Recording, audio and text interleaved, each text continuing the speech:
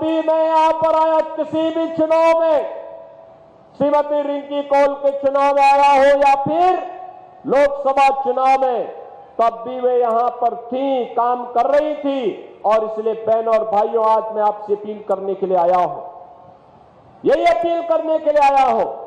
ये नए भारत का नया उत्तर प्रदेश आज जिस दिशा में आगे बढ़ चुका है, वो किसी से छुपा हुआ नहीं है।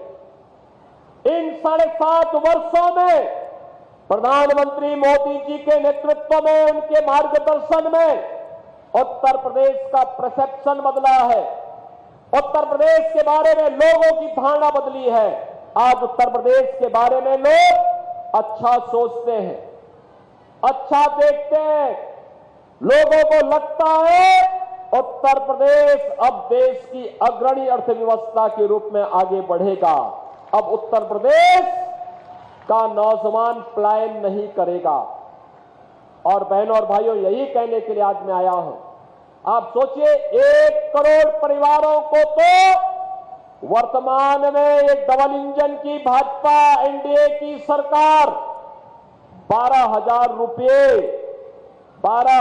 रुपए 1 करोड़ परिवारों को 12,000 सालाना पेंशन की सुविधा उपलब्ध करवा रही है। 12 करोड़ किसानों को, जिसमें 2 करोड़ 62 लाख किसान अकेले यूपी के हैं, इन्हें 6,000 रुपए सालाना प्रधानमंत्री किसान सम्मान निधि का लाभ प्राप्त हो रहा है। बहनों और भाइयों, भारतीय जनता पार्टी और एनडीए आप सबकी ताकत के बल पर विकास और विरासत का जो मॉडल खड़ा कर रही है, इसी में आने वाली पीढ़ी का भविष्य उज्जवल बनने वाला है। और इसीलिए भारतीय जनता पार्टी बार बार कह रही है, हम लोग आपसे बार बार कह रहे हैं कि लोकसभा चुनाव के दौरान जिन्होंने अफवाह फैलाई थी, जिस प्रकार का इन्होंने दुष्प्रचार किया था, उसका पर्दाफाश हो चुका है। चुनाव संपन्न हो गए, मोदी जी तीसरी बार प्रधानमंत्री बन गए। तीसरी बार प्रधानमंत्री बनने के बाद भी आज भी बाबा साहब भीमराव अंबेडकर के द्वारा बनाया गया संविधान वैसे ही है। आज भी इसी प्रकार का सम्मान सबको प्राप्त हो रहा है, कहीं आरक्षण समाप्त नहीं हुआ है। और बहनों और भाइयों, जिन्होंने झूठ बोला था कि लोकसभा चुनाव के बाद खटाखट 1 लाख रुपया खाते में आ जाएगा, वह भी नहीं आया है। यह भी आपने इनका एक और झूठ को बेनकाब कर दिया है। और इसीलिए हम कह रहे हैं, बटिए मत, बंटना नहीं है, एकजुट होना है। देखो, हरियाणा ने निर्णय ले लिया है।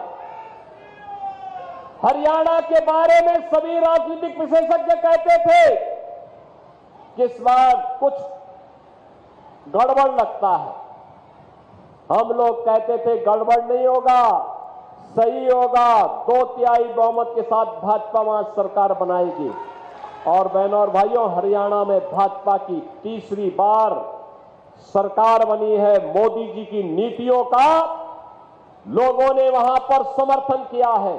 और मेरी आप सबसे अपील है कि बटिए मत, एक रहेंगे तो सेफ रहेंगे के भाव के साथ हमें भारतीय जनता पार्टी और एनडीए के प्रत्याशी को विजयी बनाना है।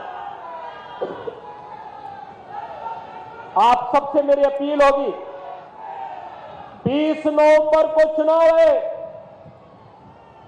20 नवंबर के चुनाव में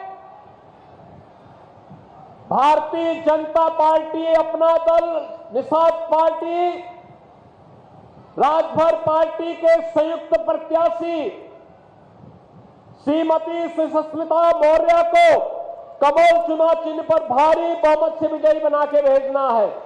सभी लोग सहमत हैं? सभी लोग आशीर्वाद देने के लिए सहमत हैं? जहां तक मेरी आवाज जा रही है, पीछे के लोग, अब आप तक भी मेरी आवाज पहुंच रही होगी। सभी लोग सहमत हैं? दोनों हाथ उठा करके अपना आशीर्वाद दीजिए। सहमत हैं? तो फिर मेरे साथ बोलेंगे भारत